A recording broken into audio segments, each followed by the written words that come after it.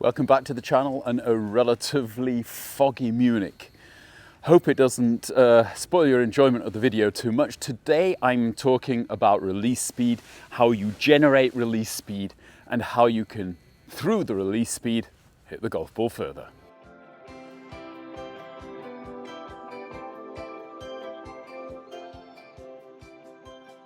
So what are we talking about when we're talking about release speed? We're basically talking about the speed at which you release the angles of the trail, elbow and wrist, causing a kind of catapult effect to accelerate the club head through the golf ball.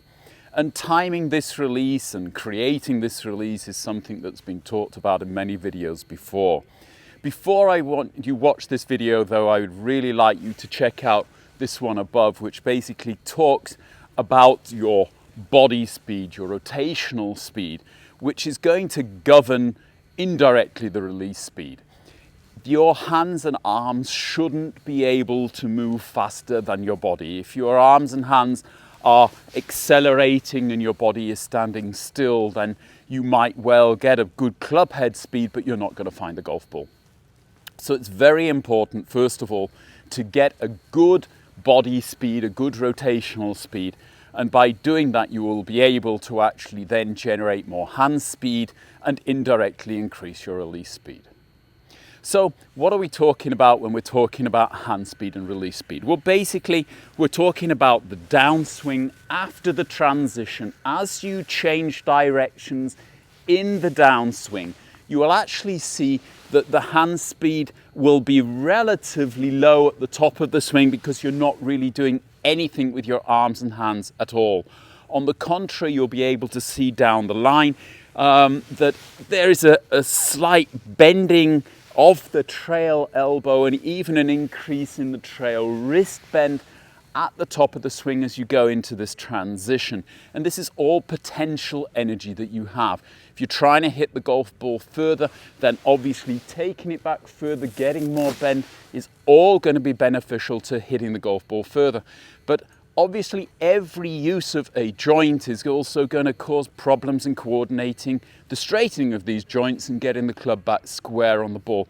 So we don't want to really be talking about overswinging today or anything like that. What we're talking about is using your golf swing and just trying to get a bit more release speed by using a few new kind of ideas and techniques.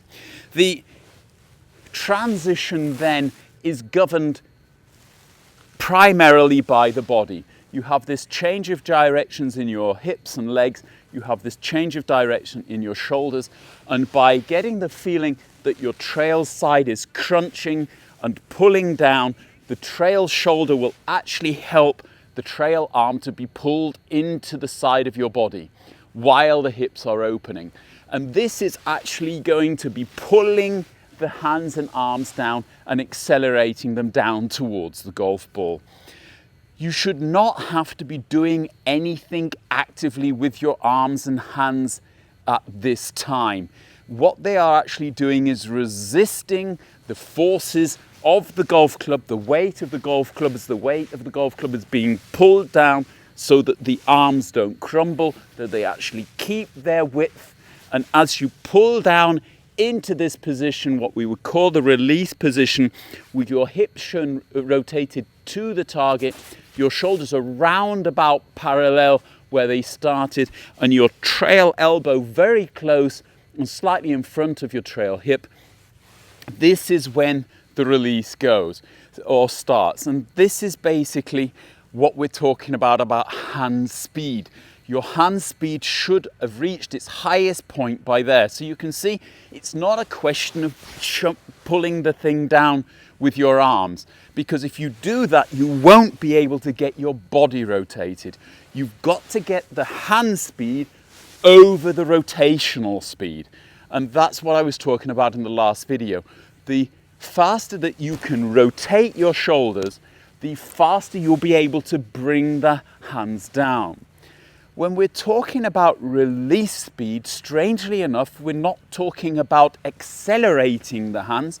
On the contrary, we're talking about slowing the hands down, braking the hand's speed rather than accelerating it, because what we're trying to create is a kind of catapult effect. As the arms slow down and the hands slow down and the body slows down, the club speeds up. You release these angles in the trail elbow and the trail wrist, and that accelerates the club. And a little bit, not a very nice analogy, but the idea of a car hitting a wall, the quicker the car stops, the more energy is transferred to the passengers of that car. And it's the same thing if you're looking at a golf swing. The quicker that your hands slow down, the more energy is transferred over to the club, and the quicker that you're going to actually, or the more acceleration you're going to get in the release. What's very, very important here, though, is to understand the role of both hands in the release. Your lead hand is going to be moving up and away from the ball as you start this release phase of your golf swing, whereas your trail hand is basically being extended together with the trail elbow, and it is helping the club head to come forward into the ball. Your lead side is being pulled up, back and around, and it is pulling the butt end of the club with it. And it's this pulling up which is creating what they call centripetal forces, which is causing, in end effect, the club to accelerate even faster. If you can again think of the analogy of a car being turned in an ever tighter circle, you are getting an acceleration that obviously you would feel in the back end of the car were you to do that. And this is more or less, if you can think of, you're holding the steering wheel and turning as tightly into the corner as you can, your back end is going to come out, and the back end is basically the club head. And this is what's causing or accelerating the release of the golf club against the golf ball. So obviously timing is of paramount importance here. You don't want to be doing this too early in the downswing. So you're trying to get down to this release position with your hips open, probably as far rotated as they're going to get before impact, your shoulders at least square. And at this point, the lead shoulder wants to be opening, going into extension. We talked a few months ago about this kind of hidden release, which is basically this lead shoulder being pulled back out of the way, which again is helping the lead arm to be tugged up and around the body, which is obviously helping you to get a tight kind of turning circle there and to accelerate the club through the ball. Just by doing this, you can actually create more club head speed without actually accelerating your entire swing. There's an awful lot of videos out there at the moment using weighted shafts, which is all well and good. It will increase your proprioception, the information highway from your head to your muscles. It will increase the speed of the fibers in your muscles, but you've got to be doing this for 6 to 8 weeks at least to get any kind of change in the club head speeds that you're doing.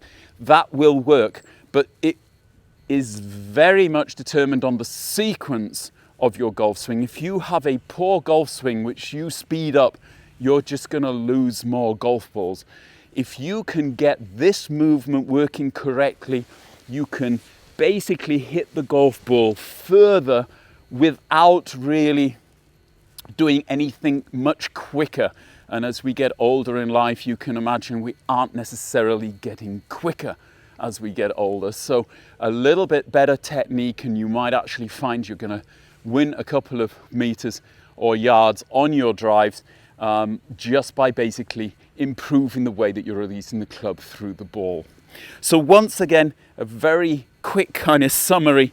Once you get to the top of the backswing, you want this transition phase to allow the arms to feel almost a little bit soft and basically fall back behind the trail shoulder. The trail shoulder is then driven down and around, and that is basically pressing the upper trail arm onto the body and holding the wrist angle. You shouldn't be trying to hold that consciously. And then as you get into this position, there is an active pulling back with the lead shoulder, opening of the chest to the target, extending of this lead side. At the same time, an active straightening of the trail arm that you don't want to have finished straightening till a good kind of yard after that you've hit the golf ball. And at that stage, it's gone. And the quicker you can get that happening, the more speed you're going to be able to generate. And it's all then about timing that speed, getting it to release at the right time. But by doing this kind of a drill, you can get a feeling for when and how you're going to accelerate the club. I mentioned a drill also in this hidden release where you can hold the club with two hands, the trail hand in the middle of the shaft, bring the club around to this release moment, and then holding it lightly in the right hand, pull the club through your right hand with your left side, and that will actually help you to feel the muscles that are involved in the lead side, opening the chest to the target, pulling the lead shoulder out of the way and tugging the grip end up and away from the ball, which is going to help you to get this acceleration of your release through the golf ball. That will help you to kind of build up the responsible muscles in your swing, but in a lot of cases it's quite okay just to take a club in your hand, get down to this release position, and then get this feeling for how you're going to accelerate through the ball. Don't forget, as ever, when the golf ball's there, you don't think about any of it, because if you do, it's going to go pear-shaped.